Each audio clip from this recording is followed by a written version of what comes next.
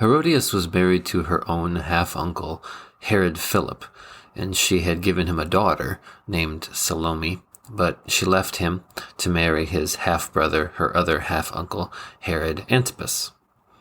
The attraction appears to have been mutual and enduring.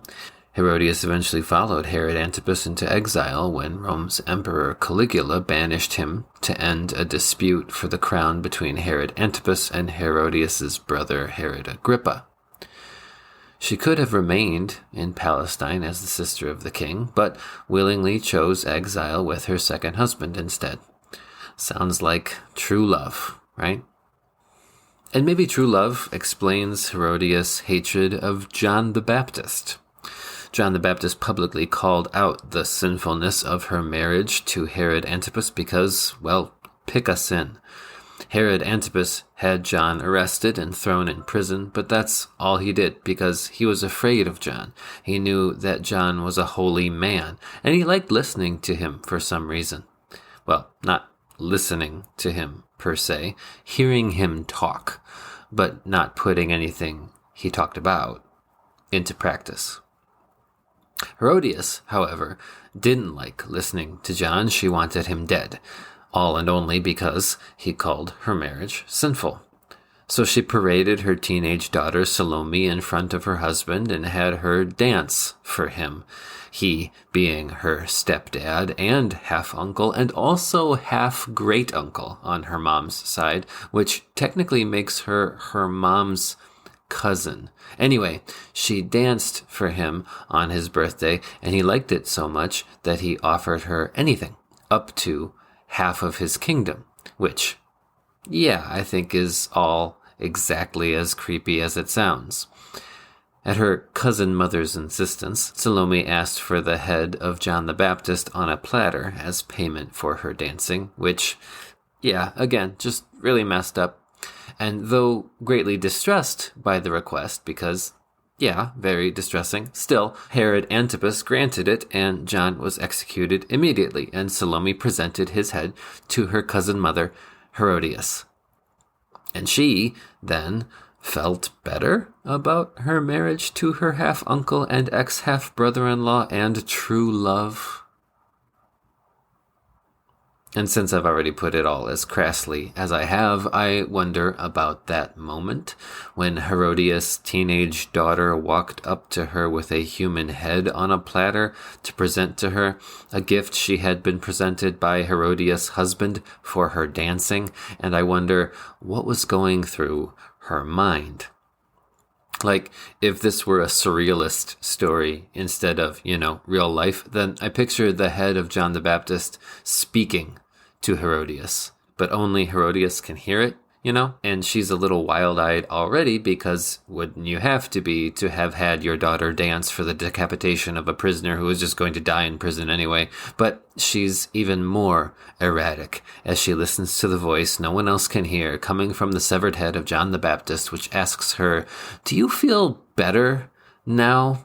Can your conscience rest easy now about your marriage, now that you've got God's prophet's blood on your hands? Will you sleep easier? You got exactly what you wanted, all better now, right? Unless you were just trying to rationalize away your guilt by literally killing the messenger. In which case, you're just as guilty of sin now as you were before, more so since you've added murder to the whole mix. Nice job. Rest easy, princess / queen / niece / wife / mom / etc. Mom? What's wrong? Huh?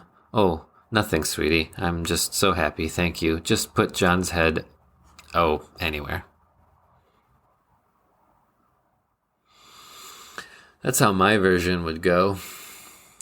But then the lesson would be something like, wow, wasn't Herodias a real bad person?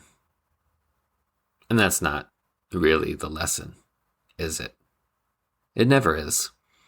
The lesson of bad people doing bad things is never, gee, aren't they bad? The lesson is always, hey, I'm pretty bad too.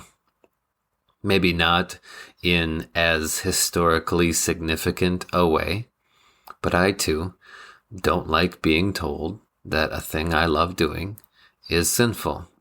So much so that I too hate the person who would tell me that, with a hatred that comes exclusively from my own inability to process my guilt. So I, too, try to rationalize the guilt away and figuratively or literally kill the messenger rather than try to do what I can't do and don't want to do, which is deal with the guilt itself. I, too, am just as stuck as Herodias was between the impossible task of sinning my way out of my sin or of works righteousnessing my way out of it, neither of which will work. And so I, too, am faced with no options for myself.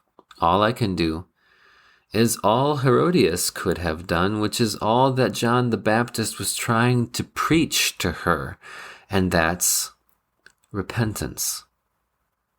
Faith in Jesus and faithful turning away from sin is the only real solution to the problem of guilt. And thank God that he gave me that. And I hope that somehow Herodias too got the same, not from hallucinating a snide conversation with a dead prophet, but from the message that and other prophets preached exclusively to bad people. Exclusively about repentance and the forgiveness of sins, won for us by Jesus. That's always the lesson of the real story, and it should be the lesson of, devotions in which we do some imagining, whether surrealist or otherwise. And you know what? If you don't think the imaginary voice of the decapitated John the Baptist head would be that sarcastic, you can just write your own surrealist historical fictional account of the life of Herodias, okay?